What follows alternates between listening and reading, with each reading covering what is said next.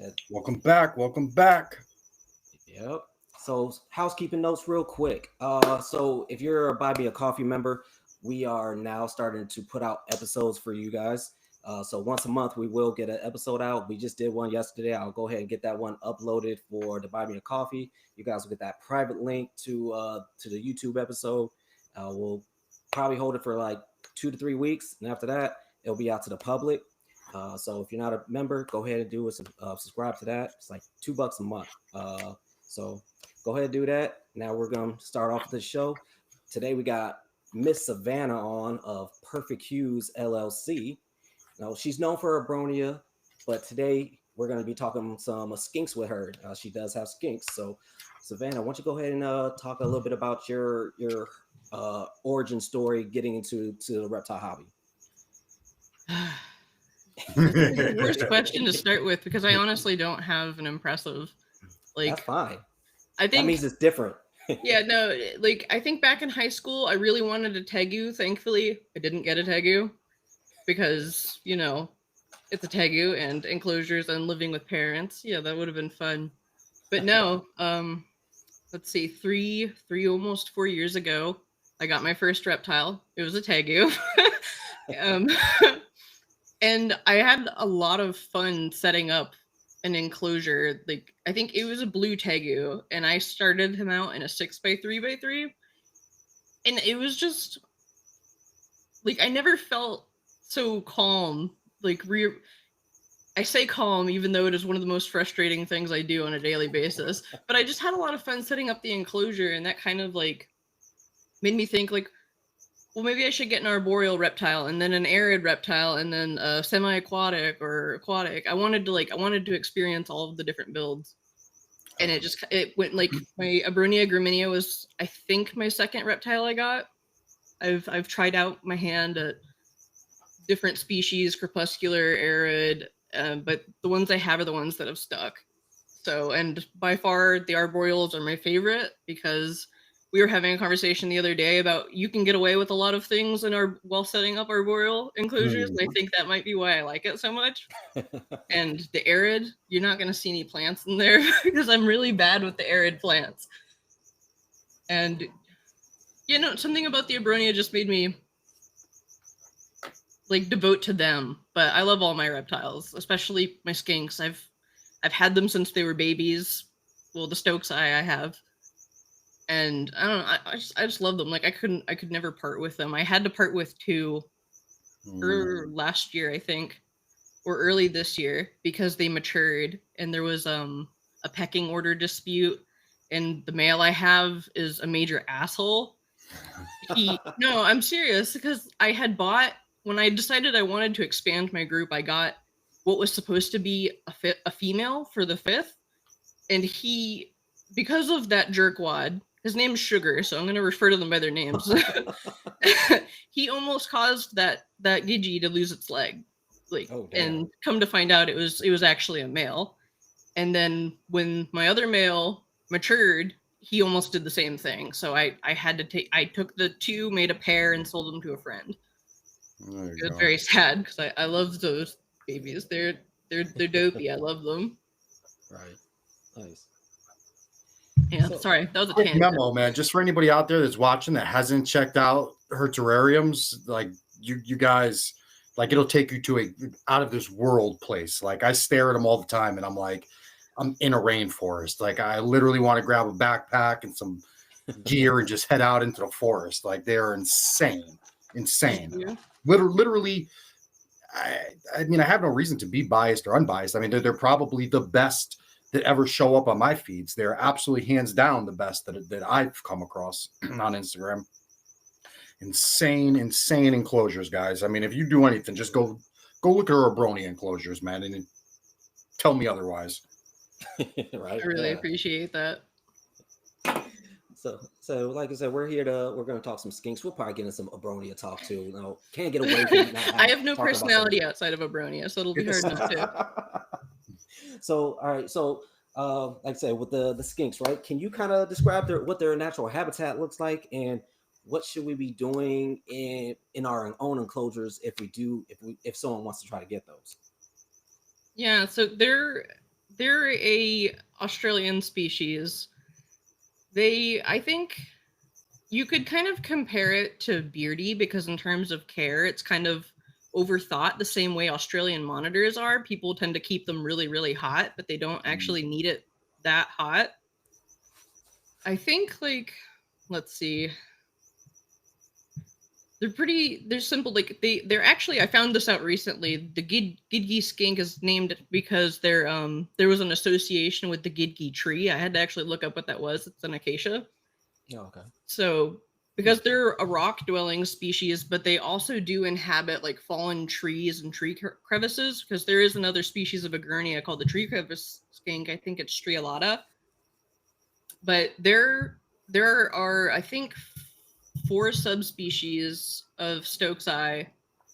They're kind of centered in the western side of, New Wales, and then on the western coast, the southwest coast. It's really hard to describe, but if you know what Australia looks like, you can kind of picture it. Apparently there's a group that can be found off some little islands off the coast, the west coast too. I didn't know that until recently. Wow.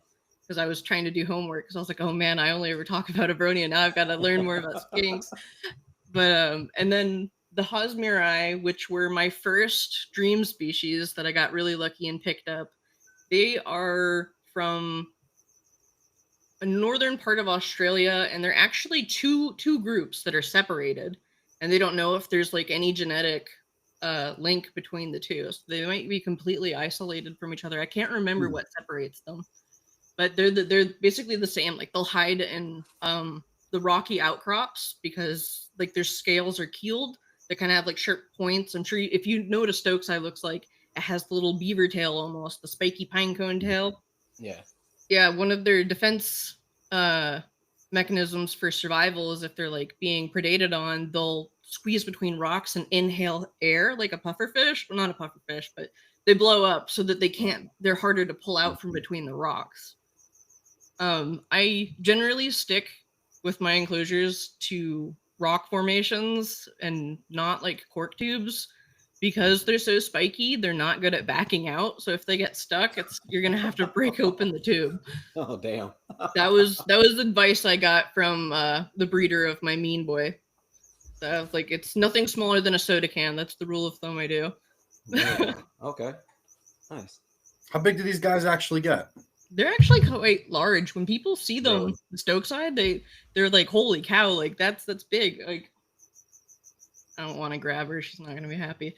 But the like, I was reading, there was only like a specific mention of the Housekeeping being larger, but I think they're kind of the same size. If anything, the stokesii are more tubular.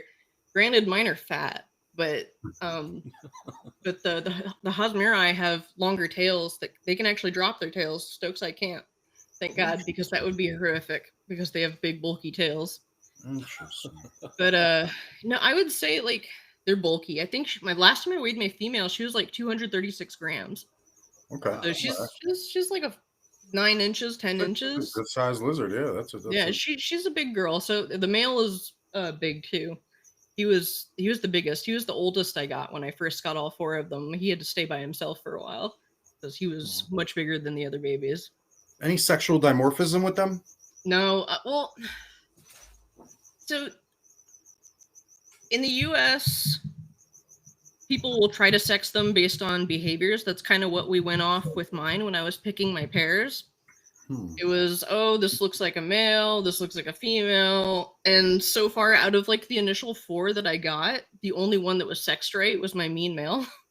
The others were opposite. I got really lucky with 2 pairs, but the genders were flipped. They were wrong except for the alpha male.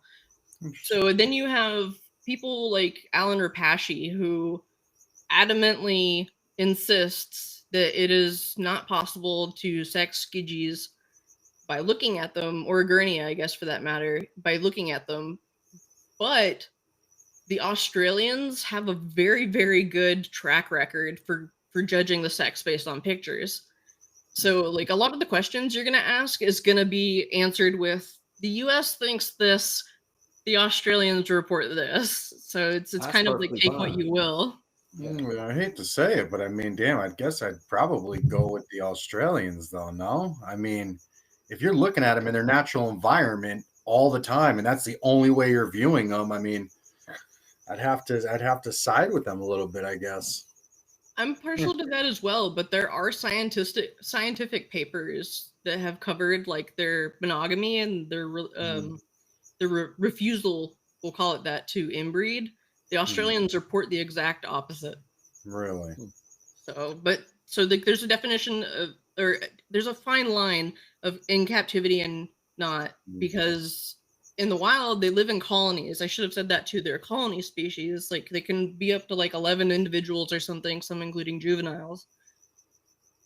And for some reason in captivity, we struggle to keep more than 1.2, which is like the issue I ran in. And the first thing that comes to mind when you say something like that was like, oh, well, it's a 4x2x2 enclosure. There's not enough space.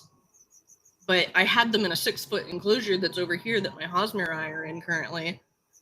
So like I tried giving them more space, and it didn't change anything as soon as they became of age.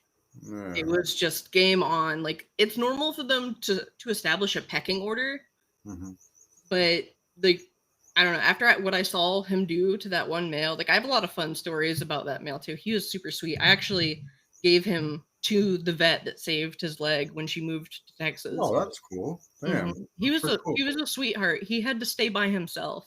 They're a social species. Like they're meant to be in groups. And it was actually really funny because around like mating season, when I would like go and check on him because they'd like glass surf, he'd want attention, he would actually grab my hand and he would start doing what I call the sexy hip wiggle. He was trying to mate with my hand, and I felt really bad because he was alone. So she had her own solo stokesii, so that I said, here, hopefully you have a pair now. That's cool. Man, that's a silver lining to a sad story, right? Yeah. It was. We were really lucky in saving that leg. Like, it was pretty bad. It was like the whole scale, like the scale became like around the entire like shin turned into like a cast, and they had to debris it. So his leg just had like no scales on it. I have photos somewhere. I'll have to send them to you. Do they grow back? Do the scales ever grow back? I think so. I'm pretty sure it grew back. I think he's fine. I'd have to ask my friend. I've seen some pictures of some bearded dragons that like had some run-ins with heat lamps and whatnot. And not my own animals, but just like on the internet and stuff. And they showed like the healing process. And these things, I mean, I was blown away with how resilient these things are, man. I mean, you could hardly tell in a year from the time of the incident, the animal went to the vet, that it really had anything. Little color differentiation, but the scales grew back flawlessly.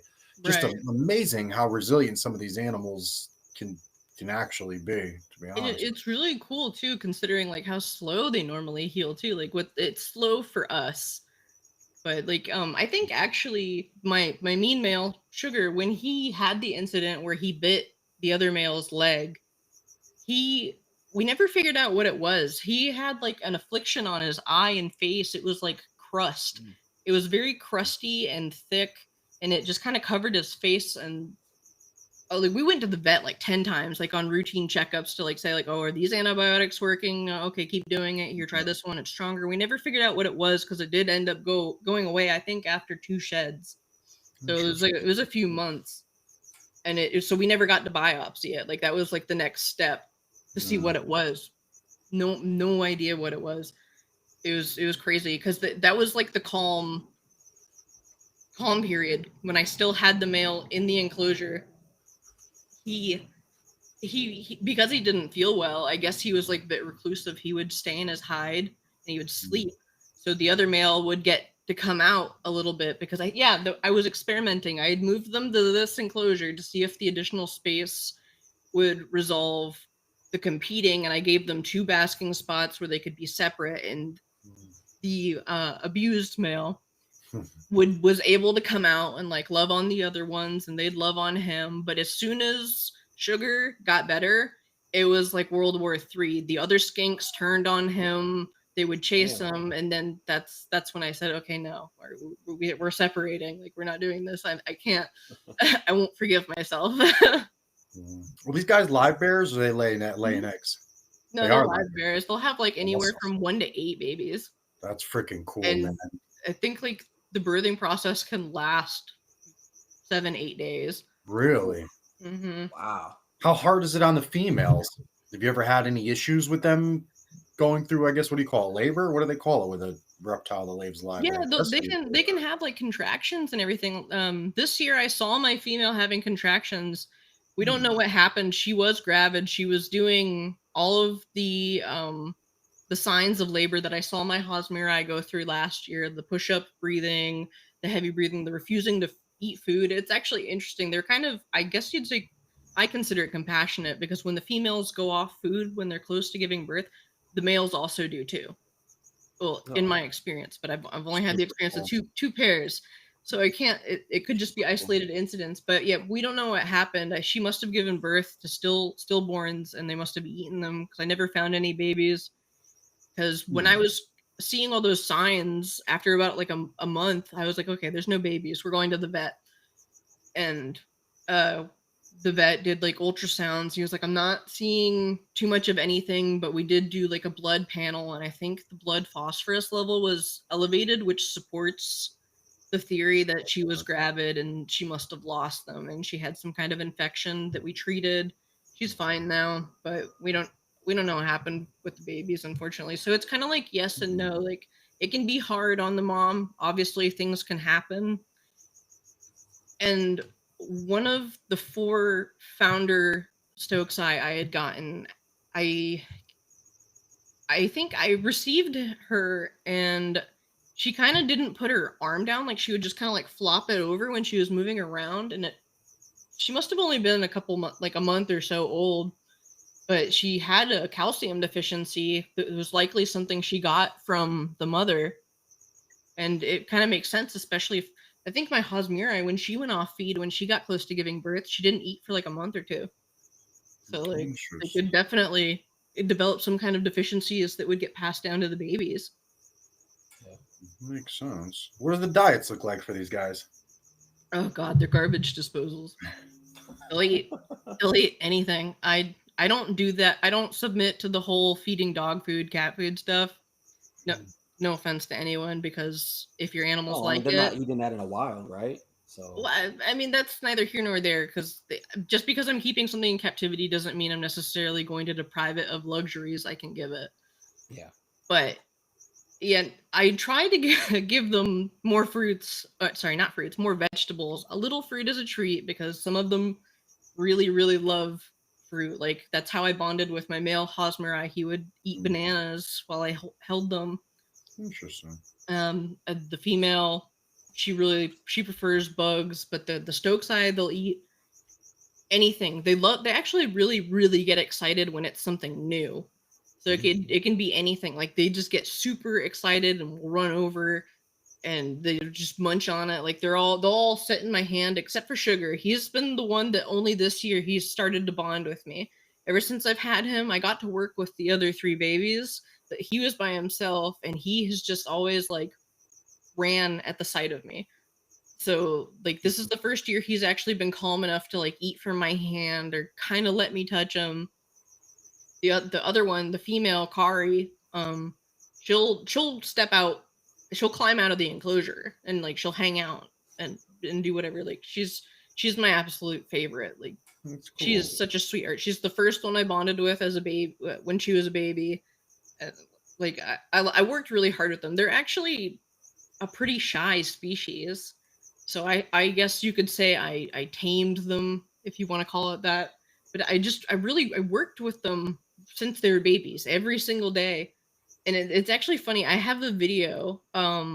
Lex, my female Abronia Graminia, she's a wonderful ambassador animal, because what I'll do if I get a new animal that's kind of afraid but kind of curious and kind of like sticks their head out to see, like, oh god, giant person, I'll actually take Lex and I'll hold them up to them. Lex doesn't care. She doesn't know anything. She wants to climb whatever's in front of her, but the animals will see her. And I have this adorable video of the 3 babies like entranced by her, like, oh, what is this? What is that? And it was just like from that day on, it was like game on. Like they were into it. Like I frequently redesign my enclosures, and I usually, if it's not dangerous, I'll leave the animals in. And when I was doing that with the stokesii, they'd run, they'd hide, but after a point they'd get curious and they'd come out and then get in the way and see what I was doing, and then it turned into me lifting a rock with a skink on top of it, trying to move it to another place because they just wanted to be in the way and see what I was doing. They're quite intelligent. I don't know if it's like an Australian species thing. They're not monitor intelligent, but they are quite intelligent. There's some intelligent species. I know people look at bearded dragons like they're just like this gateway disposable animal. I have 2 pet bearded dragons, and they're like these things are so smart. Like people just don't understand it. Like I hate to see the price on bearded dragons is so cheap because I feel like it gives them a lesser valuable status in the hobby, or like takes away from how cool and valuable they should be. But bearded dragons are freaking awesome. Like they are super inquisitive, super smart, super. I mean, I guess there's a lot of reasons on why they were one of the most popular pets in the lizards in the reptile hobby for a long time. But it's definitely an Australian thing. I mean, I guess with as many dangerous animals and predators are out there, you gotta be witty, right? Like you gotta Right. have some type of brain to survive out there. I have a beauty, and she's one of my favorites too. Yeah, she's Okay. So yeah. Well, super cool. to be fair, what we have that's in captivity is like basically a genetic abomination, and they pretty much have to be that cheap because you're going to have to be able to afford the vet bills. That's kind of like a joke I say to myself to cope with how much I love my vet bills. But yeah, no, I love my beauty. I think one time a dead leaf blew in from the patio, and she was subservient to it. She did the arm wave to the leaf, and then one time the Roomba bumped into her, and then she hated the Roomba. Yeah, they are great, man. They're great. She's been brumating for months now. I miss her. My female is. My male, he's still out. My girl, she's done for. She's like a sloth. Like try to look at her like, yeah, she like started to burrow, to put herself down, gave up on digging, and then just sat on a rock all black, looking pissed off. So I just put her in a corner and put a hide over her. There you go. And she's been there since. So. So for in the now they're talking about the diet and stuff, right? What in the wild? What kind of stuff are they eating in over in Australia? Okay, well, I think like it kind of really depends on like the season. They do, it's kind of few and far between. Like they'll eat leaves and fruit. Yeah, sorry, I got off topic with that too. No, you're good. But then towards like the colder months when there's less vegetation, like if you've seen the videos of like the areas where you find these reptiles, there's not a lot of vegetation, which maybe that's why there's an association with the gidgee tree. Because there's some kind of plant life, but they'll eat insects. Basically, I guess what they can find. Mine, I give them mainly vegetables because they're fat. I didn't want them. They got fat despite my best efforts. Like they don't do much. But yeah, they'll eat. I don't know all of the specific types because I get frustrated with the plants in Australia because I want them for my enclosures and can't get them. But they'll eat bugs, leaves, fruit. I don't know what kind of fruit there's out there. If there's acacia, then I don't know. Does that gidgee tree or whatever it is, does it produce any fruit? Do you know anything about that tree? I was trying to look into it, and from the looks of it, it kind of looks like it produces berries. But you might want to check that yourself because I couldn't find too much. I got distracted looking at pictures. Definitely. So I tried to find out because I didn't know that the association was to the tree. So I was curious. Like I found out all sorts of other stuff, like that they were first collected by General Stokes on an expedition with Charles Darwin way back when. That's super cool. Yeah, and that was how I learned about the tree because I guess they would find them around them. Yeah. And I find that's like a common thing too. When an animal's associated with a plant or something like that, they usually have these these relationships, right? Like the animal is there for a reason, whether it's a sap that's drawing bugs that they're going to prey on, or whether it's a tree for shelter or something. Like there's always, I find, some type of reason that they they I don't know what the hell you call it, but the reason that they the hell's the word I'm looking for? Whatever. But I know what you're trying to say, and I can't think of the word either. there's usually a reason. But that's not cool. symbiotic, but that's the word I was thinking of too, but it's not. I mean, I think it might technically fit, so we'll call it that, and we'll just say it like we know we're right. Right? Hell yeah, a bunch of professionals. So talking about this colony stuff, right? So with sugar, so since that male, your the three-legged male that you did send off, right? So how is Sugar acting now as far as like in a colony setting? Is he still like the alpha male there, or is he kind of started like, you know what, I'm gonna be rolling with this crew, or what's going on with that? Well, I just have one pair now, because once he turned on my other male, once he became sexually mature, that's my theory, because it was just suddenly grew up together, and then one day he was not okay with him. And there was enough time in between when the first incident happened with that third male that I didn't really necessarily correlate it, because he was already back to being healthy, back to being active. It was just like one day he said, all right, now I'm done. But so it's just him and Kari. I kept her because, one, she's my favorite, and she's the one that he's always cuddled up to. Because like in captivity, obviously the rule of thumb is when you're introducing animals, you want them to be the same size, right? It's generally allegedly easier to pair. Sorry, there's an airplane going overhead. Oh, you're good. It's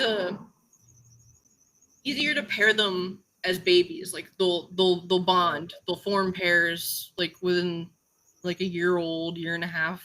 Really? And they always kind of cozied up. As to describe,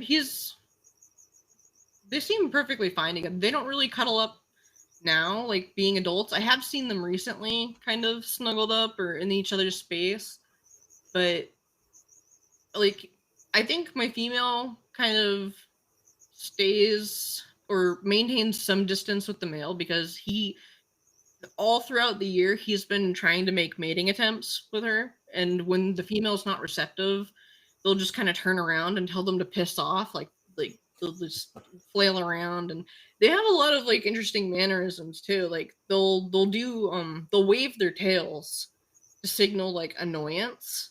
I've heard it described as like willingness to attack, but they generally do it like, I think one time I was trying to get one to move because they were blocking the entrance to a hide, and I was poking them and they just start waving their tail like fuck off. Is the tail up while they're doing it, or it lifts and kind of waves around a bit. I've seen it before, like when they express concern too, because when I still had my 3 baby Hosmeri with the parents this year, when Dad was trying to mate with Mom, the babies were very concerned. They were up high on the rocks and they were waving their tails, and it was very interesting. Speaking of the babies and the parents, how do they parent? How do they handle the young? How does the father, the male, act with the babies around? Do they feed them at all? Do they help them eat? Do they help them shed? What type of relationships do the babies have with the parents that you've observed? So that I've observed, they will help them hunt. Whenever I try to socialize them by offering food, whether I'm holding vegetables, fruit, or bugs up to the entrance of their hide, I have seen Mom or Dad appear at the front, and then they would disappear, and then the babies would appear. So I feel like there's some kind of communication, but I haven't really been able to see it, but I have heard other reports of the parents like distracting bugs so that the babies can get them. I saw a whole lot of when I gave them worms, they would let the babies pull them out of their mouth and they'd steal them. Yeah, especially hornworms. It's all out war for the hornworms. Like they were all over it. So I haven't had the chance to see if the stokesii do the same. okay. Like there are some differences between the two species. It's kind of interesting. So in the beginning, you were talking about how they can tell like almost right from almost birth, they can tell what's a male, what's a female, uh, from the behaviors. What kind of behaviors are you looking for from each sex? I don't think there are really necessarily any, because for the longest time I'd heard a lot that the females are the ones that will do the tail waving, but it turned out that the ones I saw doing the tail waving ended up male, or all the genders were reversed based on the information I had given. So it was just kind of like balling information up and throwing it out the window. Like there's no surefire. Like there are some shared behaviors, and then there are alleged tendencies, but Okay. you'd have to look at a larger group of animals to figure out like how to correlate that information. Yeah, I think that's kind of one of the reasons I never really got into skinks because I was like, I can't tell who's a male, who's a female. There's no real sexual dimorphism. There's like no different colors or like there's certain things like you can look at like a tachydrama. All right, the ones with the dorsal stripe, that's your male. We all know that's a male. Or like what else? Like right now I'm looking at like my Stropharis intermedius. Like me and a buddy been chatting about it, saying, yeah, you're most of the reticulated pattern ones are usually females, and then the ones that are just spotted are generally males. So I'm paying attention to that stuff right now and seeing who's going to grow up male and female off of those. Yeah, So it's always yeah. it's always interesting. My whole experience being in the reptile hobby has been taking information people tell to me and then always finding an exception.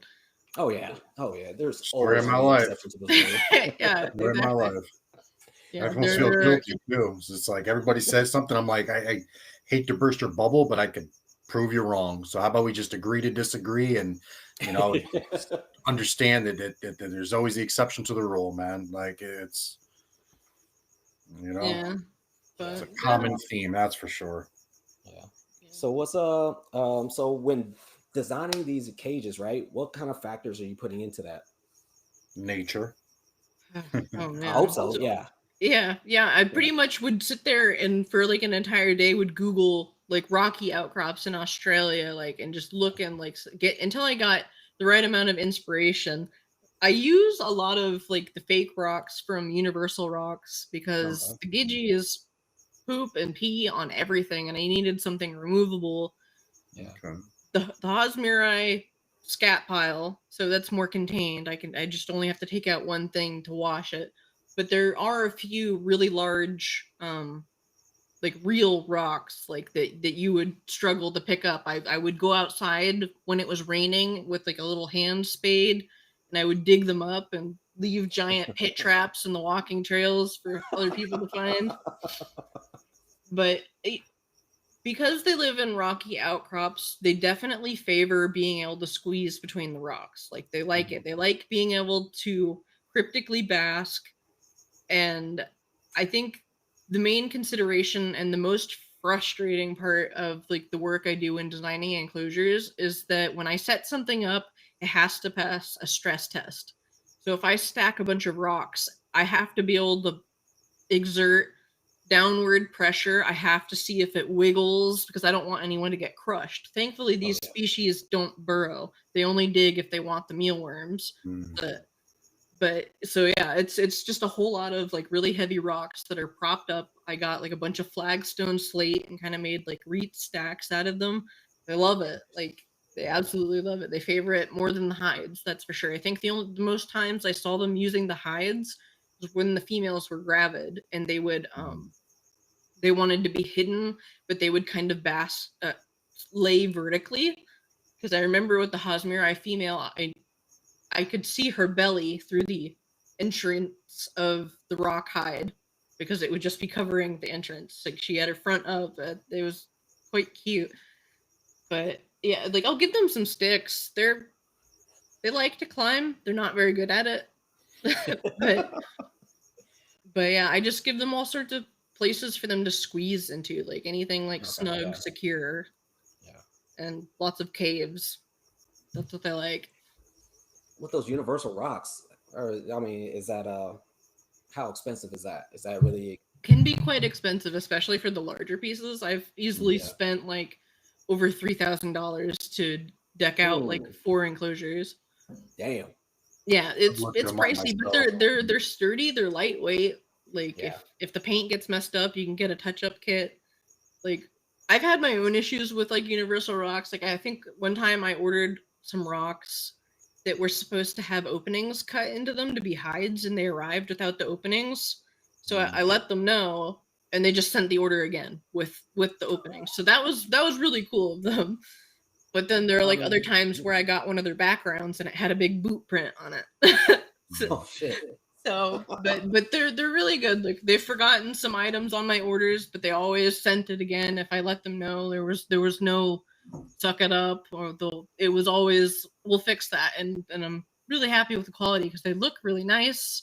They're easy to move, not terribly difficult to clean, but they can be pricey. The smaller rocks, not so much. You might pay well. I don't know. I'm so deep into the hobby, and I've spent so much money that to me, spending $50 for one fake rock isn't a lot, but to someone else, that's a lot.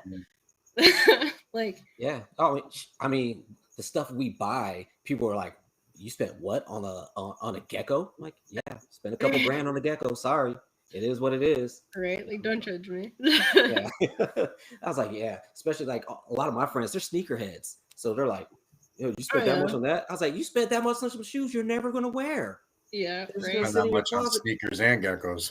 Yeah. They just collecting dust. That's it. So it is Listen. to each our own, right? Yeah, no, I definitely like Makes it. you I like their happy. backgrounds too. They're really, Yeah. really nice. So which backgrounds then? So are you besides like ordering from Universal Rocks, are you doing your own backgrounds? I did two myself, Yeah. and I don't like it because when they like I did styrofoam blocks covered in dry lock or expanding foam, and when the skinks would climb it, it was the noisiest thing in the world. It was like giving me anxiety because this was right around when they were doing the infighting, so I was just like on edge, like, oh god, what now? But and that and like the foam or the dry lock or a combination of both heats up a lot under heat lamps. So does the universal rock stuff, but it's easier to move that around if it's just a single rock rather than a fixed background. Mm.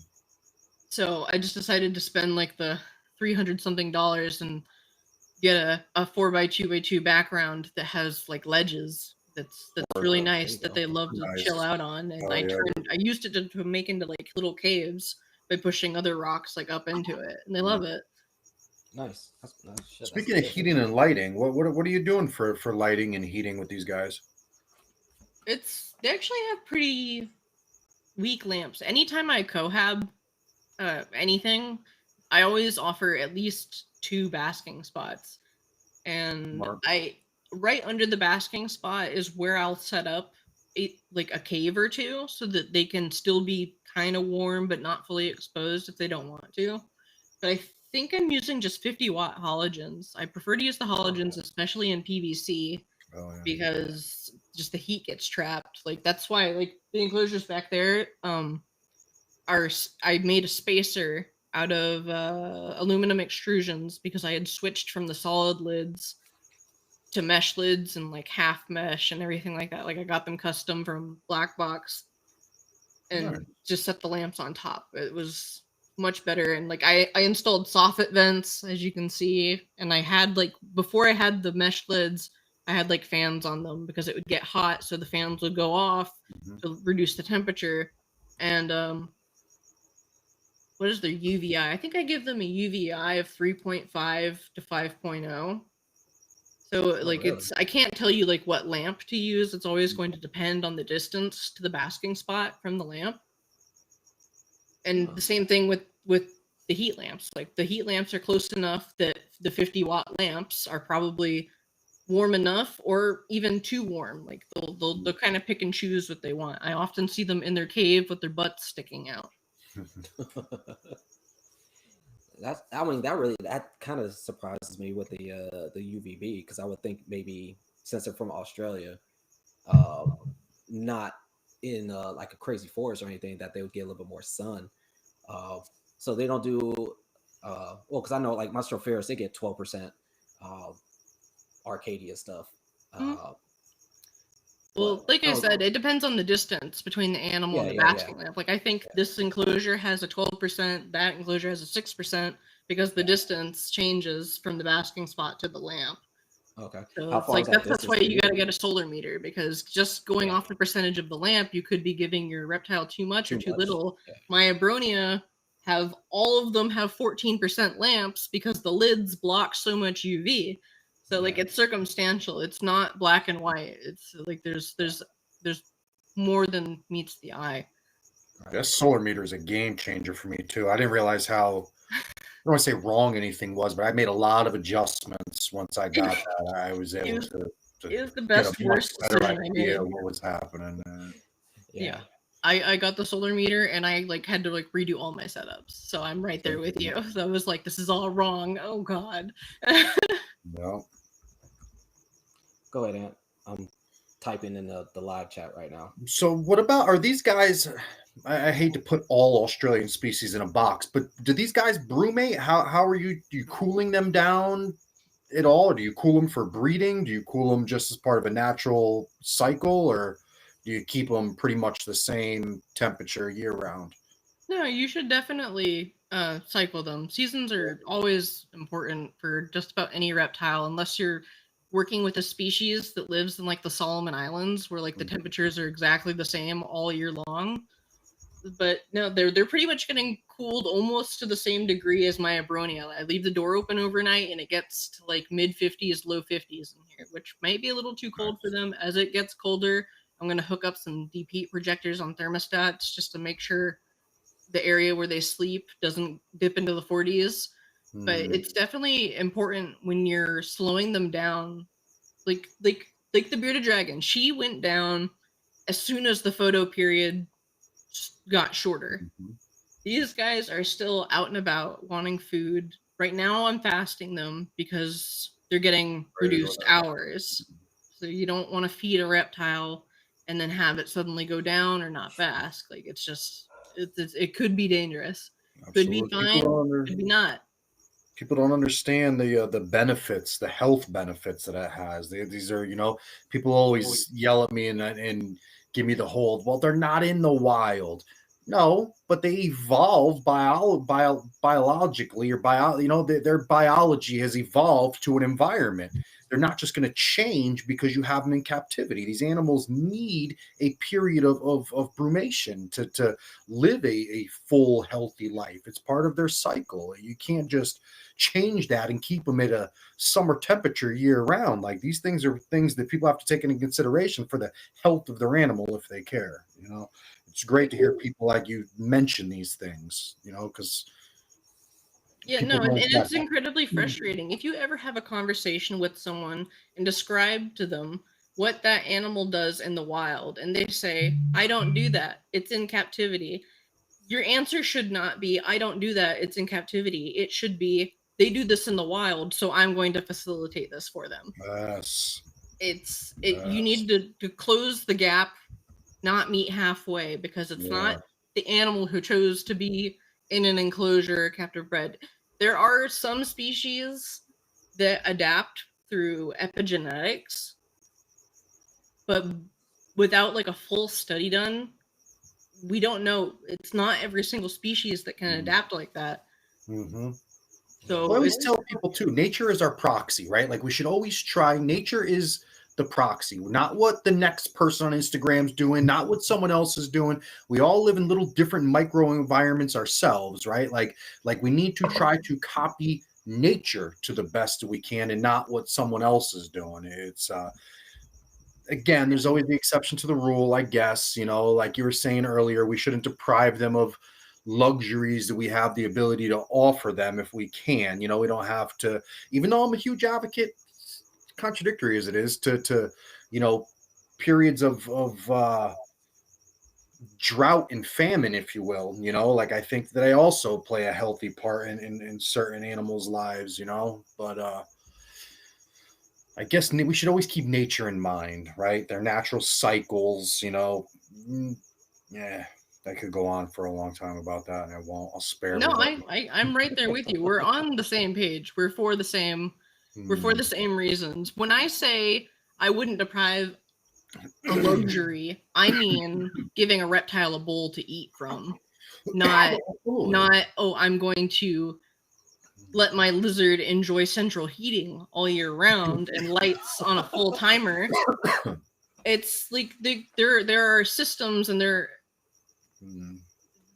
exist this way for a reason. And just because they do doesn't mean we should mess too much around with it. And as we mentioned earlier, is like you get a lot of conflicting information from other keepers. A lot of the answers you can get, and the best answer you can get, is if you look where that animal is from. Absolutely. But there are always variables. There's always an exception. Absolutely. It more depends on the question. Yeah, especially, I mean, yeah, like you said, when there's not a lot of information, you got to kind of go with, what's nature doing, because for me, I said I deal with Cervidactylus. There's not a lot of information on them, so I'm on INAT. I'm reaching out to other keepers like you, trying to figure this stuff out with them, and definitely understand that.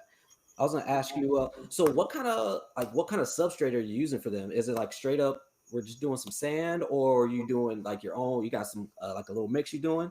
It's just a mixture. It's mostly topsoil, a bit of play sand. I put in some peat moss in certain areas where I wanted to make it more humid. If I decided to like do a heavy misting, I think there's probably some bark in there too. Like I did do a build one time where I used the Exoterra like desert stone mix, like the red sand, the red Australian sand. It looked absolutely beautiful, and it wasn't terribly dusty, but it did end up just getting mixed in with like the topsoil and everything, and then I just got tired of it and just made a whole amalgamation of substrate. Thankfully, they don't need too much of it. It's just a matter of like when I go through like every other day picking out their poops, it's just like, is that a stick or is this poop? But I would never like not put them on substrate just because they don't burrow. Like that's not an option for me. Like not a factor. It's not even on my radar.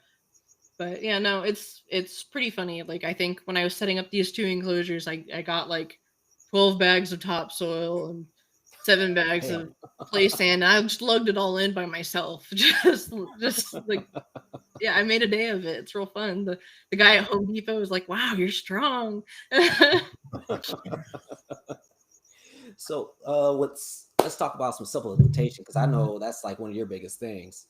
For the skinks, what kind of subs are you using, and are you adding any other little things to it? No, I really like the Arcadia supplements, and this is actually much better context. This is much better context to talk in, because whenever I'm normally talking about Abronia, I have to warn people about vitamin A deficiency, because most supplements, especially the multivitamin, has beta carotene in it, which is perfect on paper because only the amount that is needed is converted into vitamin A. It's a precursor to vitamin A. But there were studies on old world chameleons that suggested that they cannot fully utilize like the beta carotene. They can't convert it to vitamin A, and then they would develop deficiencies, and it would continue to build up in their livers and cause toxicity. Since these guys eat plants, it would be fine. But I still really like the Arcadia supplements because there's not like filler stuff, like, not to name brands, but like it's not like conveyor belt food. It's right. It's more natural, and I like to use the calcium that has like the bee pollen in it, the Earth Pro A. It's not just calcium, which bee pollen does have a little bit of beta carotene in it, but it is a very minuscule amount, and I don't dust every single feeding. I think I give them the D3 supplement, which is the full spectrum with retinol, which is I think the revitalized D3. Mm-hmm. It's retinol is was it animal-based vitamin A rather than plant-based? What is it? I used to use it with my frogs. There's something with the retinol that helps the vitamins get absorbed. There's something with amphibians and retinol, and it might be the same thing where they can't use the beta carotene. Interesting. I've also never kept amphibians, so I'd have to trust your experience with it more than mine. but that's a common thing. It's vitamins, especially deficiencies and the buildup. Like people using supplements every single feeding end up with hypervitaminosis, A or D or whatever. So like I think I use the calcium powder once every other week or once every week, and everyone gets fed twice a week.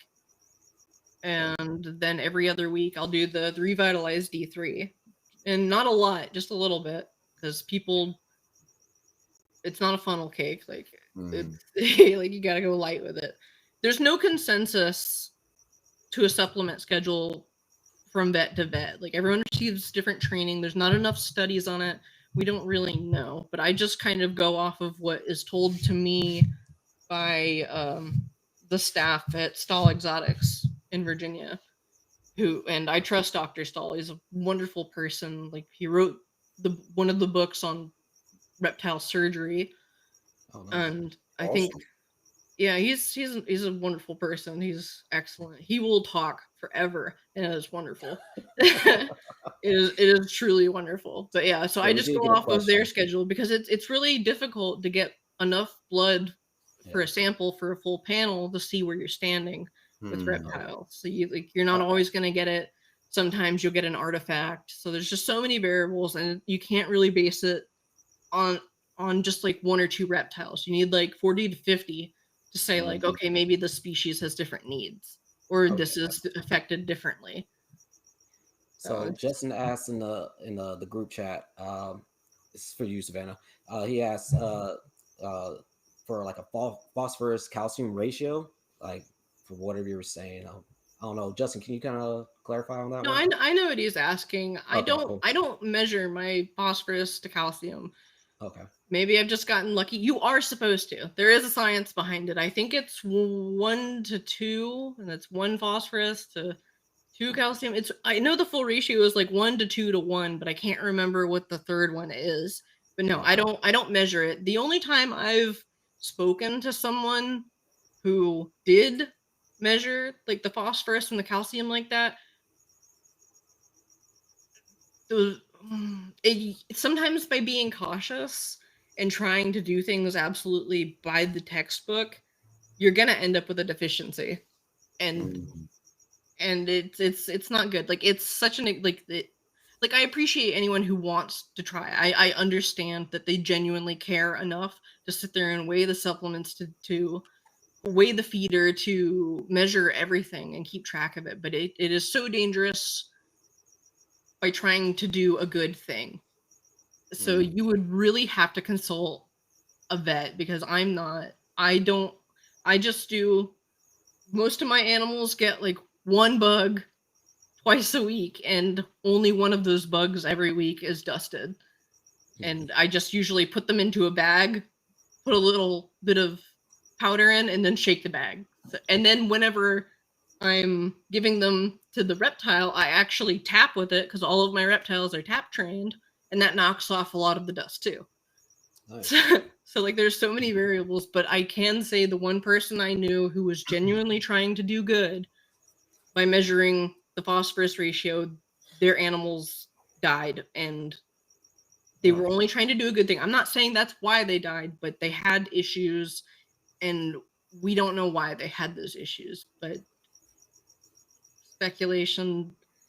It's just my worst fear. Topic in general. I would love to learn, I would sit in a classroom for as long as it took to learn about, supplements and vitamins and ratios and absorption rates. And I mean, I think that it's a seriously underexplored aspect of the reptile hobby. Like, I don't think people spend enough time looking at individual species. Anybody notice that all of these animals come from different ecosystems, different environments, all places in the world, yet we're given an option of 4 types of supplements to give these things, like, doesn't it strike, like doesn't it sound alarms to anyone else other than me that all of these animals need so many different variables, but yet they're okay with one of 3 types of supplements?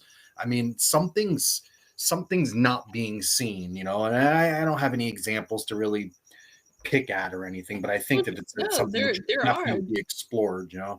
The first clue is that we know species exist that are highly sought after that tend to die in captivity due to lack of folic acid from ants. Okay. So you have those Colony ant-eating rebels species. and- Yeah, exactly. Like everyone really likes them. No one can keep them alive because of that. That is a prime example. That is the first biggest indicator that not all the rules apply to the same. It's not across the board. Like there are always exceptions. Like with the folic acid, you can't supplement it. It had to be, maybe had to be processed by the ants, or maybe it's a different type that the ants produce by eating a certain thing. And but no, I highly recommend anyone look into nutrition because it is very eye-opening.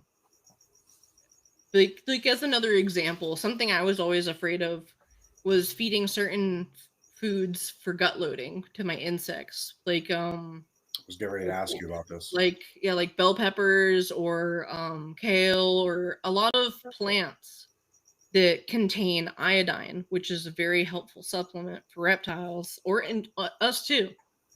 Because as you know, some people will like treat wounds with it, like betadine. But a lot of plants that contain iodine also contain goitrogens, which bind to calcium, so you can develop a deficiency. Spinach.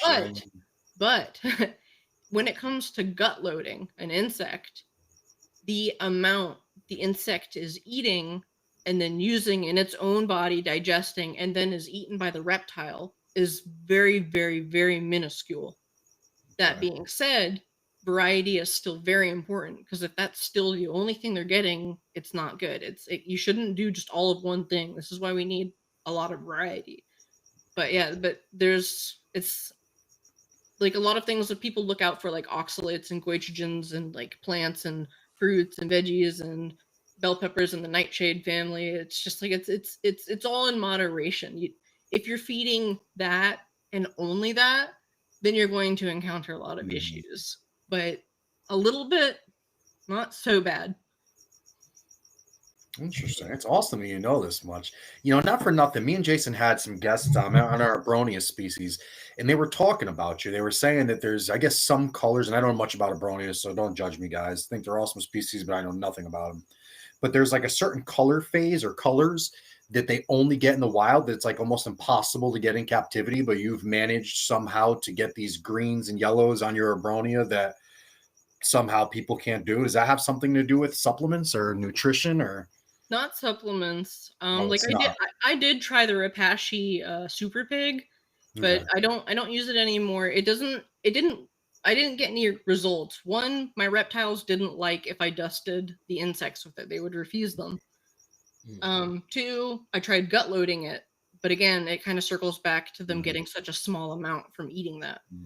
But my theory on it that I've talked about in some other podcasts too, which circles back to what I was saying about the old world chameleons, I began to suspect, and this is still unproven because I don't know who the hell to talk to about this, but carotenoids, they are what like makes up plants, gives them their red, orange, red colors, the green colors and everything like that. And so when you have like a Graminia, an Abronia graminia, for example, when they're in captivity, they're normally blue. But if you give them carotenoids, they start to gain a little bit of green, because yellow plus blue equals green. So when I was looking into it more, there are 2 classes of carotenoids. There are carotenes and xanthophylls. I'm probably pronouncing that wrong. Beta carotene, which I suggested earlier, the insectivorous and carnivorous reptiles can't use beta carotene or fully use it to the extent to produce vitamin A. What if they have issues utilizing that entire class of carotenoids, the whole carotene class of carotenoids? So I began doing gut loads, focusing more on plants that were heavier in the other class of carotenoids, xanthophylls, like the zeaxanthin. Oh, I can't remember the other one. Oh man, yeah. There's over 600 types of different carotenoids, but Really? there's two classes. But the most common ones are lutein and zeaxanthin. I can't pronounce it, but yeah. So those are the two most common ones, and those are the ones I targeted. And so I gut loaded a lot using those. And sure enough, a lot of my reptiles are green, yellow, whatever. They look like they're straight out of the wild. That's awesome. And it's pretty incredible. And I have no problem talking about it because a lot of people in the Abronia hobby especially like to safeguard secrets. I have no interest in that. I will happily share anyone the information and all my theories and whatever. Like I may as well tattoo it on my forehead. But So you're talking about gut load, and then are you raising your own feeders? Are you have any? No. Heck no. I have a dubia colony, but that's about. Well, no, I have a few roach colonies, but like my staples are the grasshoppers. Everyone loves them, and I get them from dragon hoppers. We have somewhat of a partnership going on. He helps me out. He sends me bugs every 2 weeks. Awesome. And so like those are my staple. They eat a lot. And I'm kind of like on the fence because like especially when it came to the Abronia, a lot of people were really suggesting like, oh, the grasshoppers are what give them their natural colors. Like, no, not. I don't think necessarily. Maybe if anything, the grasshoppers are extremely voracious, so they eat a lot. Like I had to give them fresh food like every single day. But I'm wondering if maybe you could still achieve the same thing with dubias, because supposedly when you gut load dubias, you have to wait like 3 days because of how long their intestines are, their digestive tract. So maybe they could even store more nutrients. But you do have issues by overfeeding dubias with the correlation to gout because of the way they. Oh man, I can't remember. It's the way they create a certain protein that builds up, and if you feed too many dubias, you increase the risk of gout in your reptile. Really? And unfortunately, gout, there's no cure. You can maybe treat it, but it's eventually fatal. Yeah. Interesting. As we were seeing it a lot in the Abronia. It's liver failure from oversupplementation, vitamin deficiencies from being smuggled, and gout and follicular stasis, which is possibly also linked to vitamin deficiencies because there are tons of vitamins that play a role in sexual health, egg production, everything like that. You seem to know a lot about supplementation and the health of animals. Where are you getting your information? Do you have any literature that you can recommend for us, our viewers, and anyone else that watches this that we can read ourselves? Where can we find any of this? Yeah, absolutely. I had the privilege of asking Dr. Stahl a lot of these questions because he either has or had a former nutritionist on staff, and they did write a book together. Oh, there is one. One simple and very easy book to read. I recommend reading the Arcadia. I was about to just say the that supplement. too. That's a really, really good book. There's some information that doesn't make sense and is a little conflicting, but it's still extremely good because it's very straightforward when it lists out the vitamins and how it affects reptiles. So that is an excellent source. It's not a long book, so that's what I would recommend on that one.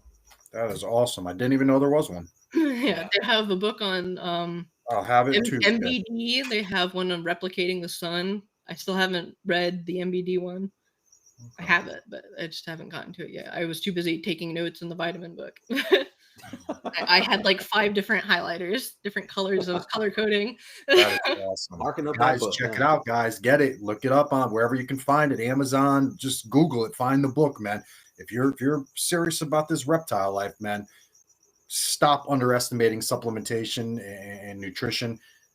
Start learning, man. Oh yeah, definitely. I highly recommend it. Speaking of literature, is there any good places for them to find out about these skinks? Is there any books, internet resources, Honestly, I would talk to the Australians. Join a Facebook group for Australian skinks. They're all really super nice people, super helpful.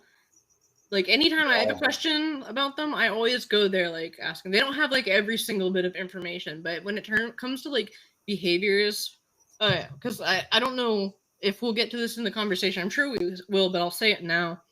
Like so Egernia have like a reputation for being mostly monogamous. Like it's reported on. There are scientific papers where there were Cunningham skinks, I think, in a location that was threatened by like deforestation or fires or destruction, and they still were very reluctant and chose not to inbreed even when facing threats.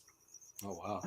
But so we kind of operate in captivity as if they're monogamous. And I don't remember what I asked. I asked something in the Australian group, and they were saying like, no, like one of my males got out into the female pen and mated with one female and its mother with gusto. So it's just like there are reports of them, like some males only have like one litter, and like they are reported on as monogamous, but then the Australians keep them in captivity and they say like, no, they don't care. Oh man.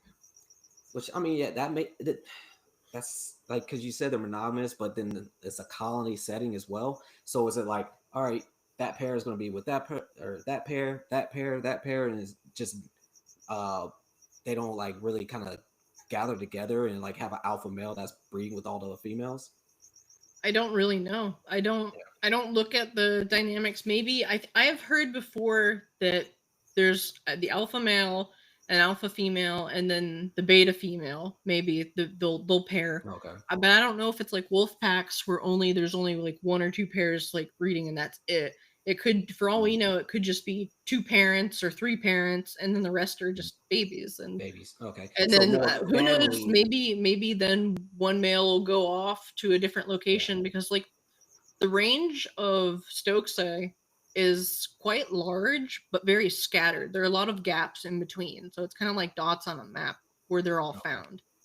I don't know if they're all entirely different localities, because I just haven't looked that far into it, because normally what you see in the US is just Zelingi, I think it's what it's called. But I think at some point we had the subspecies Vadia, but I think the Americans inbred them, and now we have like a hybrid of the subspecies. Sounds about right. Because the subspecies reportedly also will breed at different times of the year. But and that might explain why my male, who I suspect is a hybrid, has been pestering my female all year long. So from when you got into reptiles and you started off with the tegu, how did you go from tegus to skinks? Just out of curiosity, what drove you to these guys? Well, like I said, I wanted one of like every biotope or every like category, like the arboreal, arid. And when I was looking for an arid species, I came across a true Berber skink, and the same seller also had stokesii for sale. I was really, really torn between them. Like I wanted both, but I could only afford one. So I got the Berber skink, but later on, I did make friends with a breeder of stokesii, and I ended up getting some babies from him, and it's been I love them much more than the Berber skink. He was cute. He wasn't very smart. His name was Brick.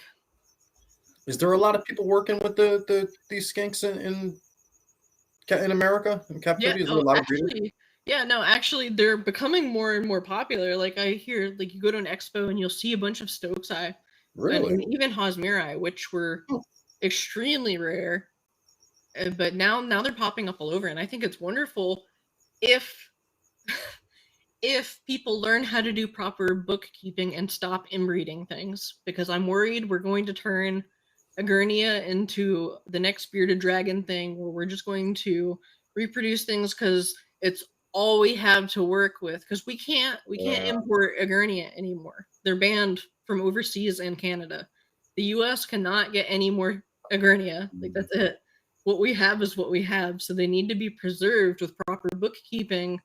And people need to stop thinking that reptiles are immune to basic genetics, because I've already caught wind of two bloodlines of stokesii that are having neurological issues, and we cannot. That sucks. Don't please don't inbreed them, please. I'm begging Right. you. Yep. Like, No, they're trust a me, wonderful species.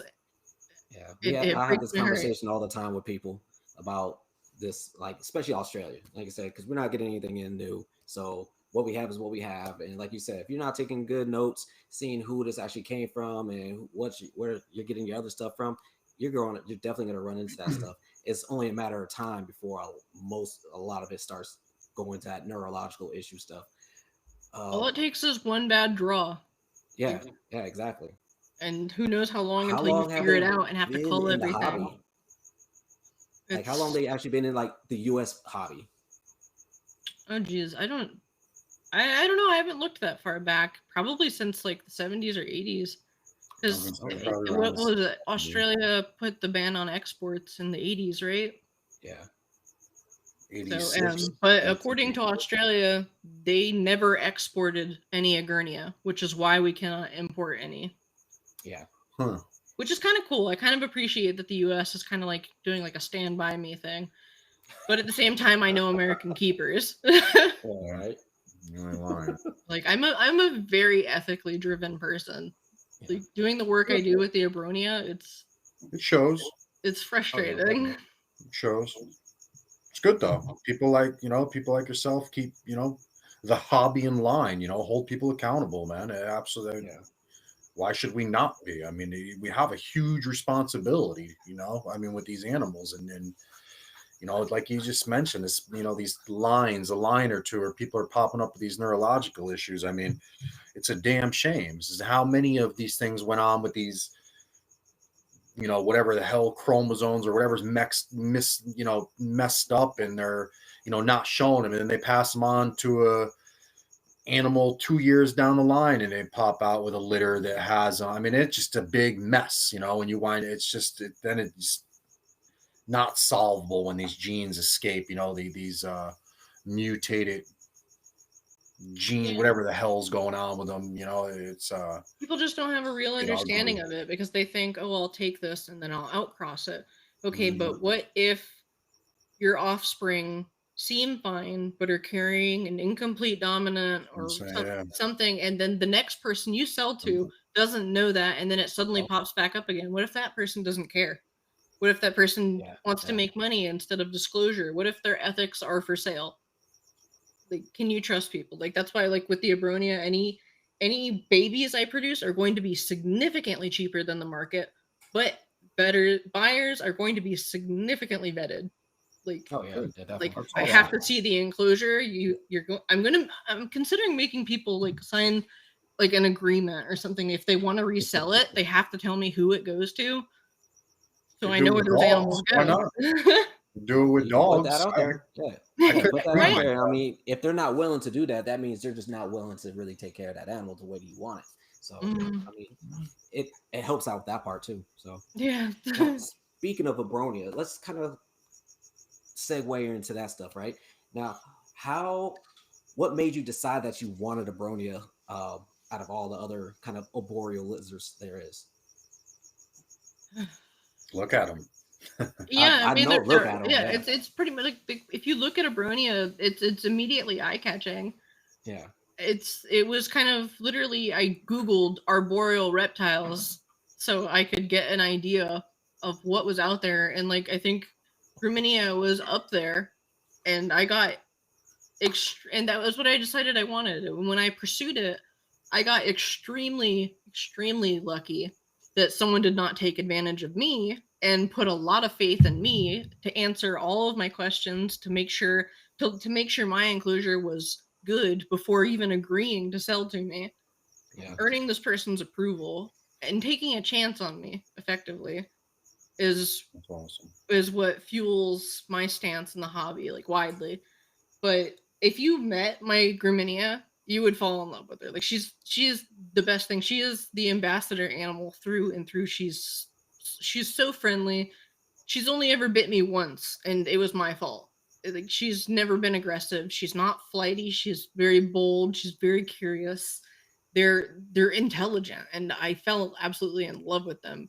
But one thing I did love more, so to speak, was the Abronia with the horns, and my next dream species became the Abronia smithi, which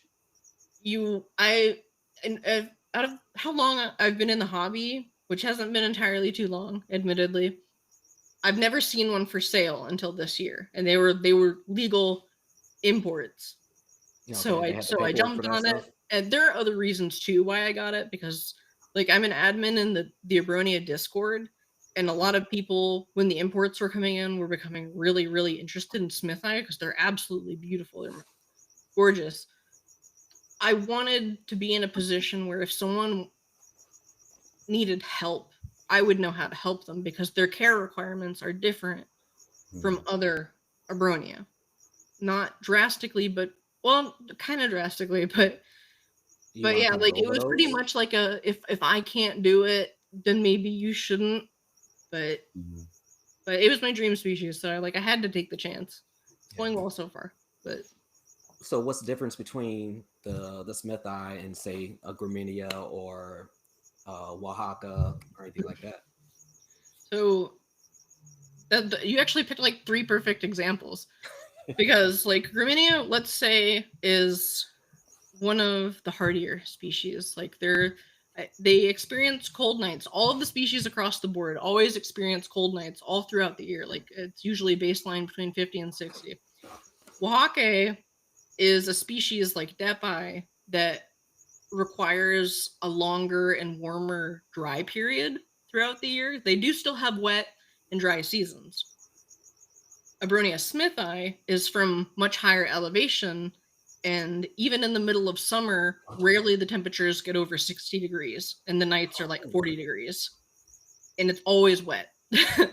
So you've got one species that's drier, one that's in the middle, and then one that's wetter and colder. So you picked 3 perfect examples. Okay, all right. Damn. So I'm guessing your AC bill must be crazy high. You have those species that are at much higher elevation than the others, like Frostire, Fuscos, and when they're smuggled, they usually die coming down to lower elevation. I guess at least that's what people think, is it's the elevation that kills them. So like when you're getting a smithi, you don't want it to be wild caught, because it's probably going to die. If like I only know of one in captivity that was wild caught that's like been established for 5 years. Like, and allegedly, like the females are more infamous for dying than males. Like they die to stress easily. But if you get a captive bred one, then allegedly they do better. They tolerate it, which kind of, I mentioned something earlier, which is epigenetics. I don't know if you're familiar with it. No. So basically, let's say with global warming, a reptile that is cold dwelling, experiencing cold temperatures, and this is all hypothetical. Well, it's a proven thing. We don't know if it applies to everything. We'll put it that way. Like Abronia smithi, let's say climate change, everything's warming up, which it is. It's forcing cloud forest, montane reptiles further up mountains. So let's say it's warmer and they breed and have offspring. Because they experienced that warmer or colder temperature change, the genetics actually change in the offspring to be able to tolerate warmer temperatures and be able to use those temperatures to synthesize proteins in their genes to survive. This usually happens from generation to generation. I don't know if it's an immediate generation or if it skips a few.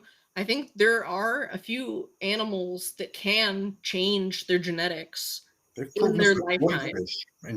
Koi fish in Japan, they've absolutely proven this with the heights and the mountains versus low. This is a proven thing in Japan with fish. So I don't doubt it. Exactly. Thank you. Yeah, no, I was gonna say the octopus. That's the only one I know that can change its genetics in its own lifetime to handle colder, warmer water or warmer waters.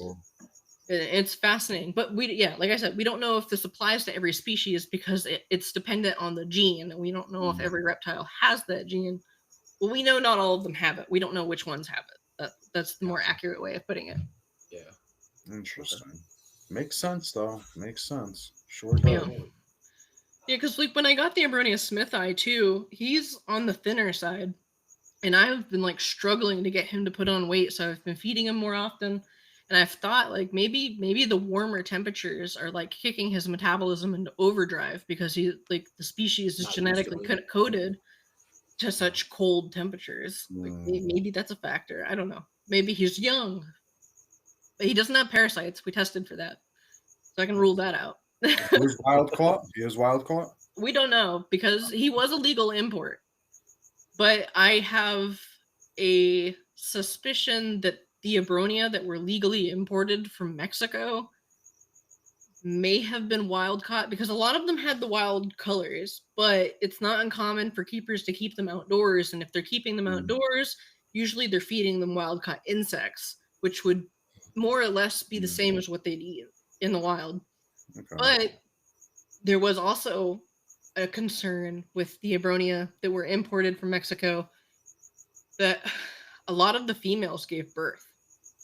Why would a breeder sell gravid females? That's to me, a dead ringer right there. Right. So the thought was there are basically the equivalent of like nature preserves, reservations. They're protected by UMAs. I learned that UMAs can legally collect the animals on their land and legally sell them. Oh, wow. So maybe the Abronia are wild, were legally collected, and were eligible for export. But it's impossible to know, too, with the state of the government in Mexico. Like, you could have friends in the government, and they're just like, okay, because the exporter has, like, media attention saying, like, oh, my breeding efforts are reducing smuggling, like, and stuff like that. We don't know. There's so many factors, and I looked so far into it, and like, because when we all saw those import papers, like the first thing that stuck out were like the import papers, the expiration date said like September something 2019, and so I was like, that's weird. But then in May, when my imports came in from Canada of Abronia, the date was the same almost. It said 2019, so I was like, okay, well that means nothing then. Interesting. Yeah. Oh shit. All right. So we're coming up at the end. I always ask this question to everybody. It's even though you haven't been in this hobby very long, I'm sure you do have some kind of failures. So, what have been your biggest failures in this hobby, and what have you learned from them?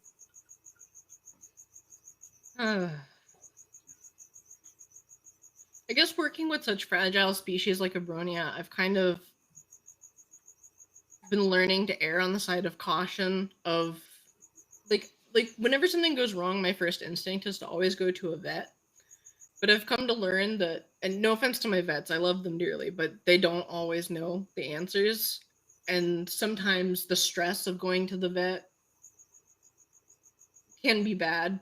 Like, especially with like gravid animals, something could happen. I don't know. I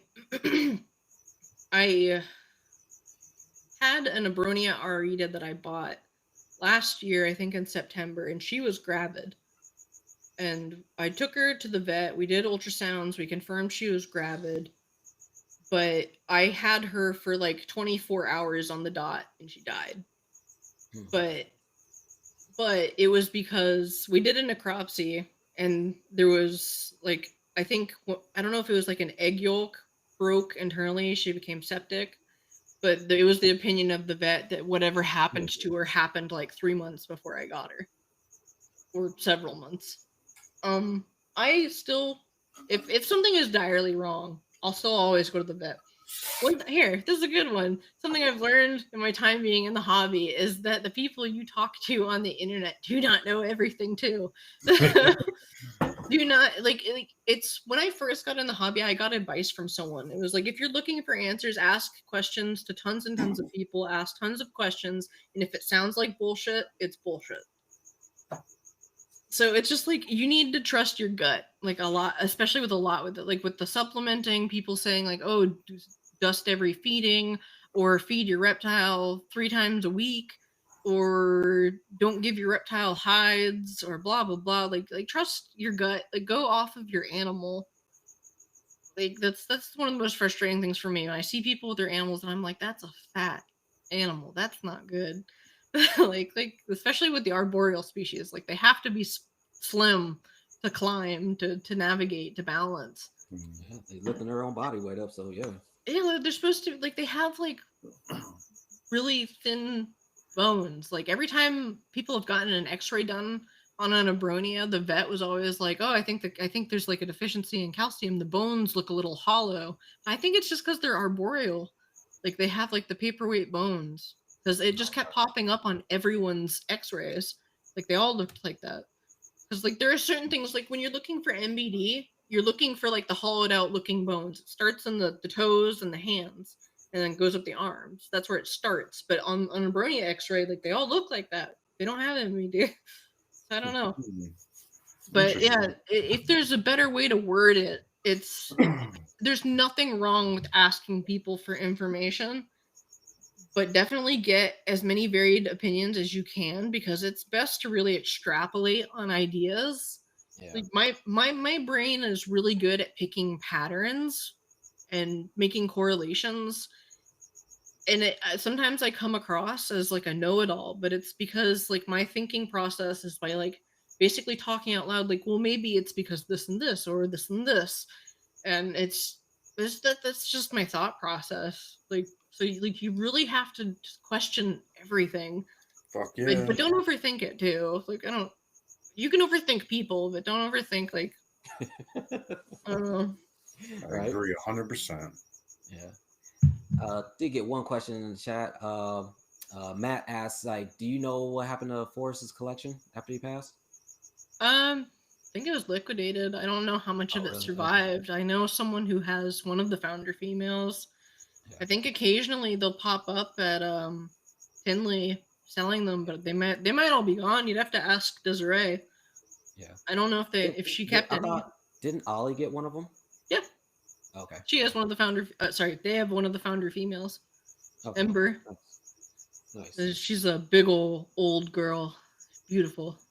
Yeah. I need to go and check that one out. Yeah, but no, I haven't. Like, that's another thing too in the Abronia hobby, is like when you see Abronia for sale, the common thing was to say, oh, they're from Reptech, but they weren't. They were just smuggled. They just used Reptech as a cover. So like it's really, you have to, like, with all of my animals, like if I buy an animal for someone that bought an animal from someone else, and that person bought that animal from someone else, I follow the paper trail and I talk to everyone. Like, I will follow the paper trail. If it's there, I'll find it. Like, it's a pretty small hobby of people who keep Abronia, and I've learned that old heads are full of shit, and they're just working with smuggled animals. Don't believe anything anyone says because they're private, because they're an old head. They're just full of shit, and they don't want to give you the truth. That's all it is. Like, it's really frustrating. No, I'm talking about like some low-key breeder. Like, low-key just means doing illegal shit. I know exactly what you're talking about. It's frustrating. Like, if someone's not honest with you, can't give you information, like, just tell them to fuck off. Like, it doesn't matter. What type of information, and I guess you could use this as my last question, Jay, but what type of information, being that there's such an elite species, I guess, such an elusive species, the Abronia. Say someone came up on a bunch of money, they wanted to do the research, they wanted to build one of these crazy, beautiful enclosures, and they were going to buy one from an Abronia from somebody other than yourself or Ollie and them. What do you recommend or suggest they look for as far as paperwork and information, documentation? What should someone be alert for in to maybe avoid some of those mistakes that you made with, or anyone has made buying animals that may have been wild caught and wind up dying on them, or Well, what should someone be on the lookout for?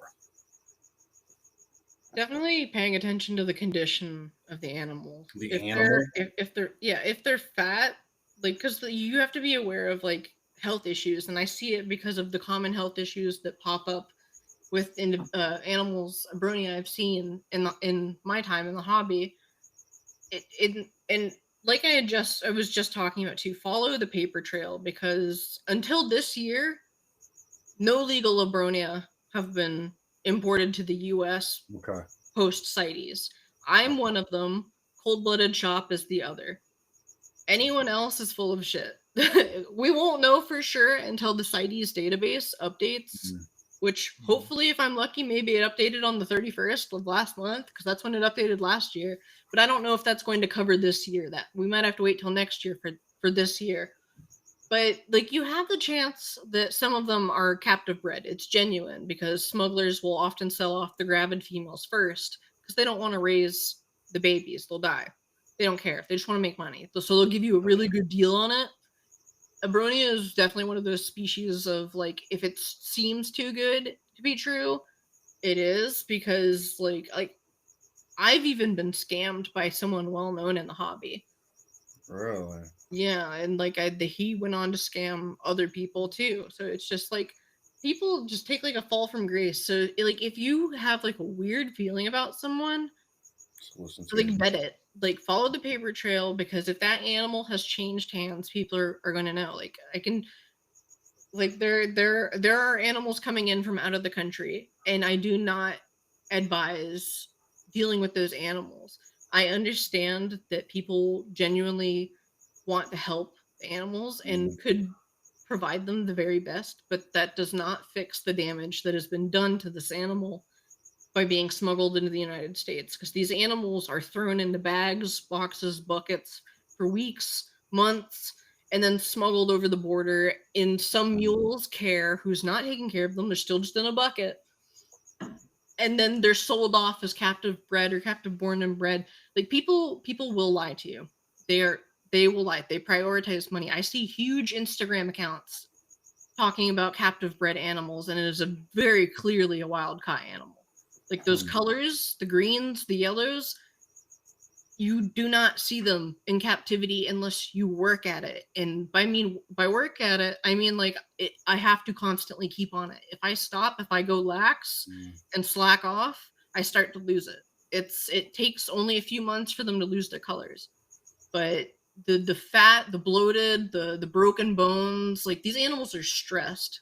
They are hardier than most people say they are or anticipate them to be, but that will not save them from, like, fatty liver disease or vitamin deficiencies if it's not, like, treated. Like, so you really have to, if you're going to go with a bargain deal like that and do it, or you want to try and do the right thing, just, like, I admire the genuine care, but by buying from these shady people, it's the same as like buying from Petco or PetSmart. They're just going to replace that one with another. Absolutely. Oh yeah. But these animals, like, barely have a home as is in their native country, and like there's no winning. There's a shitty way to look at it, no matter which way you turn. But like we have an Abronia Discord. Anyone can find me on Instagram if they have questions about Abronia. If they want to know if I know this animal or if I know this person, I will tell them, because I will tell you, on the Discord we have a buyer and seller beware channel, and it is a lot longer than our recommendations list. Awesome. That's That's good to good, know. though. For anybody out there thinking, looking, that's great information to know. Yeah, the only thing is like, by joining the Discord, people have to acknowledge that by being a member, you are expected not to buy animals from known or suspected smugglers. The choice will always be your own unique choice. But if that's something you're considering, you just have to tell us so we can dismiss you, because this is something we made the Discord before we figured out how bad it was, and we're Okay. I'm tired of the ethical complacency. So is Ollie. It's there's no room for what we're trying to do here. Good for you guys. It's awesome. Oh, yeah. Yeah, I love hearing that stuff. So where can everybody find you on IG and Facebook and all that good stuff? So I Yeah, know you you can't, can. because I remember asking Ollie before about posting the Discord. She said no because you guys got to do all your vets right Yeah, before I you have to let them talk to in. everyone who wants to Okay, join. You have so to we won't agree post that, specifically. but definitely let them know where they can find that stuff at. Yeah, they can find me on Instagram. My DMs are always open. You can find me under Perfect Hue LLC. If you don't have Instagram, you wanna look me up on Facebook, you're more than welcome to add me too. Savannah Noland. I'm in the Abronia groups. I think I'm admin to the UK Abronia group somehow. Like I got asked to help. So like anyone can contact me wherever they find me. I don't mind as long as you tell me who you are. If you're not, just don't be weird. Right. That's cool. Perfect. Definitely. Thank you so much for coming on. I just from hearing your voice, I can hear all that passion that you have, especially for the Abronia, and I can hear the Yeah. passion for the gidgee skinks. Uh, love hearing all this stuff. Oh yeah, Super I'm gonna send you impressed. that video Super. too of the babies looking at Lex. The Oh yeah. Grumania. It's the cutest video ever. I was watching like your one of your stories today, and you're like trying not to hold stuff. It's not And working. she's just like, yeah, it's because she mated, and I'm trying to be delicate with her in case she is gravid, and she's just like, please give me attention. Let me climb all over you. It's the Oh hardest man. thing ever. She's my favorite animal ever. Like, she's my perfect princess. I love her. Like, if you're ever in Northern Virginia, like, please come on over and come see all my animals. Oh They're man. wonderful. I Some bet. of I them want to hate see one me. of those freaking enclosures. Oh my god. Yeah. Yeah, those are wild. Those are great. But like I said, definitely have a great night. Just stay on real quick after we cut off. Everybody else, have a good night. If you listen to this later on, have a great morning, great afternoon. Do something nice for somebody, you know? Be a good person, and we'll see you next Sunday. See you next week. Oh, all right. We are done. So, What the hell is this? if you want to